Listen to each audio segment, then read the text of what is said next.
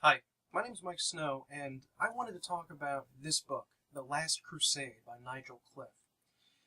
What was the most successful crusade ever fought? Was it the first crusade where the Crusaders managed to take over the Holy Land and Syria?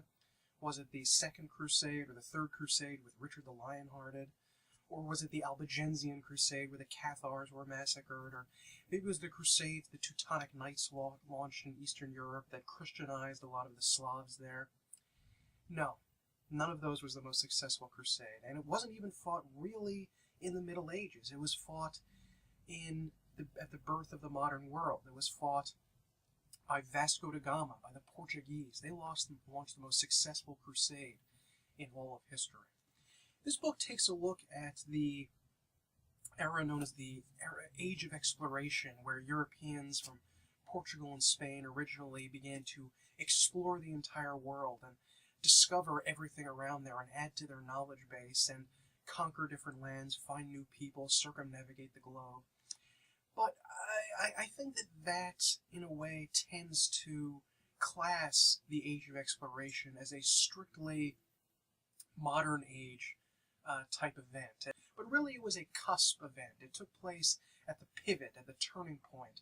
And this book examines how medieval many of the things that happened during the Age of Exploration were.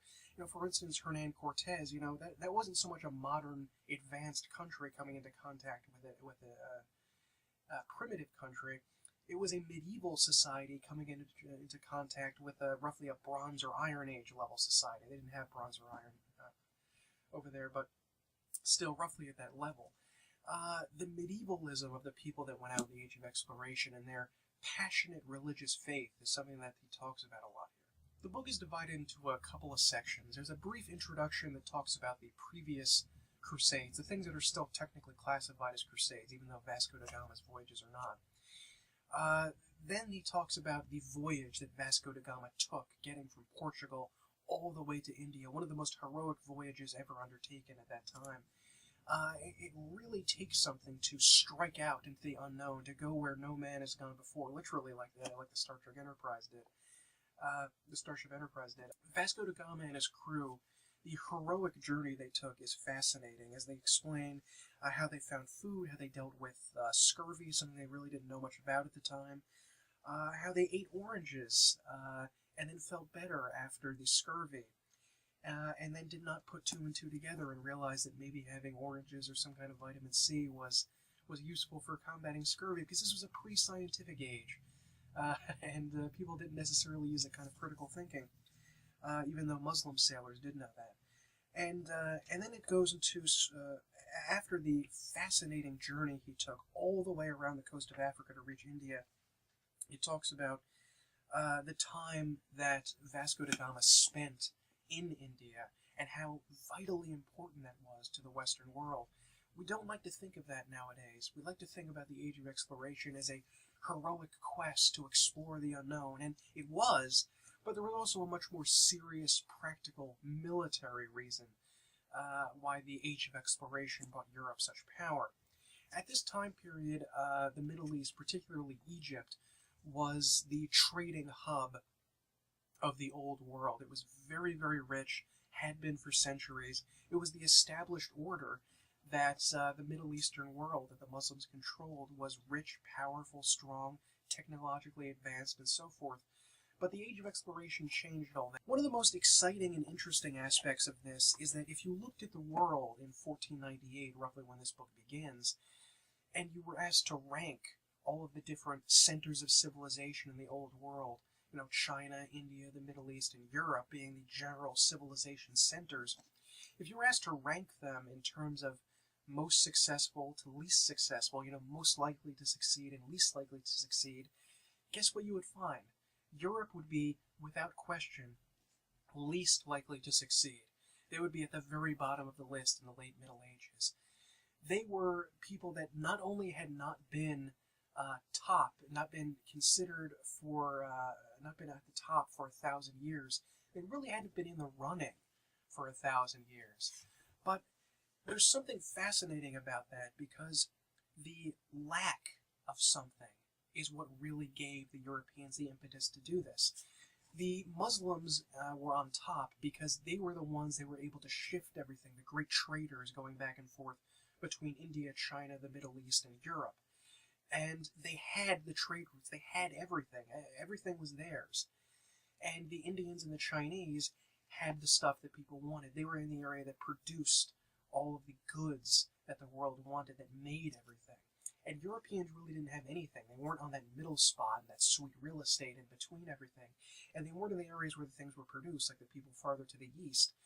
But it might have been that lack, that absence of something, that nil point, that Europeans did not have something and were the poorest of all of these civilizational regions. That may have been the drive that led them to invent the modern world, that created all of the vast technology that we know nowadays. It's fascinating to think that the poorest, weakest, least economically stable place in the world, Europe, out of all of these four places, was actually the one that used this incredible, terrible poverty to invent all the magnificent scientific discoveries that led them into the modern world and led them to become the most powerful country in the world. Vasco da Gama was, and this is putting it somewhat mildly, not a nice guy. He was a generally pretty nasty person. Even by the standards of the day, people didn't necessarily like him. When he went to India, he wasn't just exploring. He was going there to set up a trading mission, and it was by no means an act of free trade, because remember, the Muslims were the ones that were the most powerful and had been there for centuries. There were Muslims in India. They were far more important than the Europeans could ever be. However, the Europeans did have one leg up over the Muslims, or two rather. One was their naval technology, and two was their military technology on their ships was superior to the Muslims at the time. And he used this ruthlessly to force the Muslims to stop trading. It wasn't simply just opening up trade routes to India. That's, I think, how they tend to phrase it in the history books. It was that and closing off trade routes that the Muslims had set up. That was just as important, that protectionism, that setting up a very literal military blockade, in a way, against the Muslims. And that's what Vasco da Gama did. Not only did he explore the Indian Ocean and India and make this long journey twice from Portugal to India, he also stopped Muslims from trading there. He ordered the princes in India, do not allow Muslims to come here. That was impossible to stop all of them, of course, but Vasco da Gama and various armadas that he led crushed the Egyptians, thrashed them, destroyed their ships. There's even one time when he was going back in a particularly foul mood to Portugal after being humiliated in India by Muslims, where he decides to vent his rage by attacking a Muslim ship. This was not a trading ship, this was not a military ship, it was a Hajj ship of Muslims that were going from India to Mecca on the Hajj. And he attacked the ship, ordered them to give up all of their gold, and after a fight, he had all of the people, men, women, and children, locked in the hold of the ship and set the ship on fire and killed all of them. That's the kind of guy we're dealing with. But you also have to remember that the extraordinary success that Portugal had would not have happened if there was a nice guy there, if there was a pleasant guy, if there was a guy who was saying, well, we should live and let live. That guy would not have created the empire and beggared and weakened Egypt and the Muslim world in general during this time. And that's another important part of the Age of Exploration story that I don't think gets told enough. We know about the explorers and what they saw, and some degree what they did, but we don't look at the effects of what happened. We don't look at how, we just say the Portuguese started trade routes. But what the history books really ought to say at school is the Portuguese started trade routes which beggared and crippled the Muslim world and led it to sink into poverty and let the Ottomans eventually take over there. Really, the center of the Islamic world was not in Ottoman Turkey at the time. It really was in Egypt in the late 14 and early 1500s.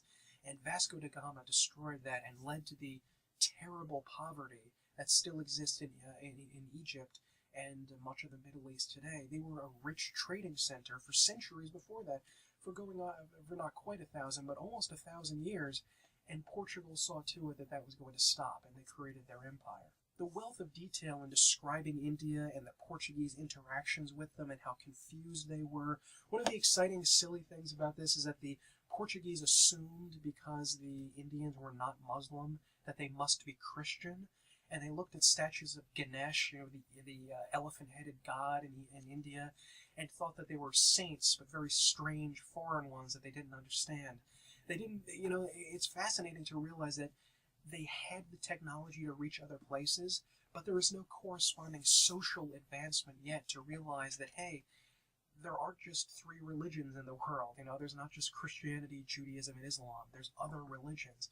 People have set up entire societies based on them, very successful ones, and they didn't understand that. Seeing them interact with the princes with a combination of obeisance and haughtiness and pride is really fascinating, and really it's exciting to see someone like Vasco da Gama really arrogantly demand things of the Indians.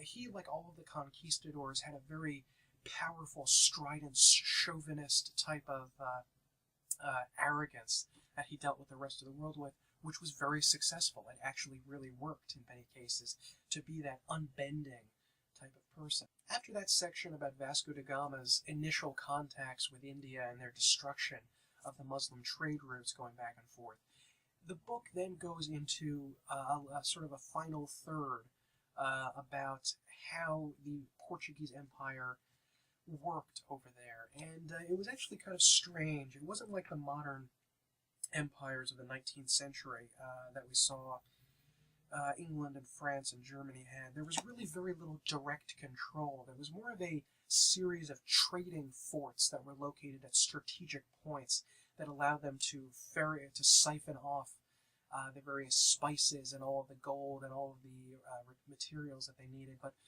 there was very little direct contact in the colonization. It was more of a series of forts like they set up on the West African coast when they initially went down there in the 13 and 1400s. This is a fascinating book. I really, really enjoyed every second of it. It really tells the story of the most successful crusade in history, where the Christians made a lateral move. I think people tend to think of the Muslims in a way as winning the Crusades, which if we look at the Crusades from the 10 to the 1300s, which they're usually classified as, is 100% correct. The Muslims definitely won those Crusades because they beat the invaders out of the country, and they essentially won. But if we look at the Crusades as a much larger conflict between Christianity and Islam, it seems no doubt that Christianity had definitely won. They had definitely came out on top, because Spain and Portugal, because there were still Muslims in their country, continued launching what they considered crusades, and with the Pope's blessing, into the 14 and early 1500s in North Africa, and this was no different. I don't think this got an official blessing as a crusade, but it more or less was. It was a powerful conflict between Christianity and Islam that Christianity undeniably won. They were able to completely destroy the entire economy of Egypt, the most powerful area in Islam at the time next to the Ottoman Empire, and really ruin the economic basis of Muslim society, something that the Crusaders had never thought. They were thinking purely in terms of military conquest. But later on, when they destroyed how they made money, that really affected things. This is a fascinating story with a lot of flavor, a lot of interesting talk about the Portuguese and the Spanish and the Africans and the Swahili coast and the Muslims and the Indians and how they interacted with one another. It's so fun, so interesting to read, and so exciting, and a part of history that is not forgotten, but is definitely sort of glossed over, the kind of crude and violent aspect of the Age of Exploration. I highly recommend getting this book. It's really exciting and really fun to read. The Last Crusade by Nigel Cliff.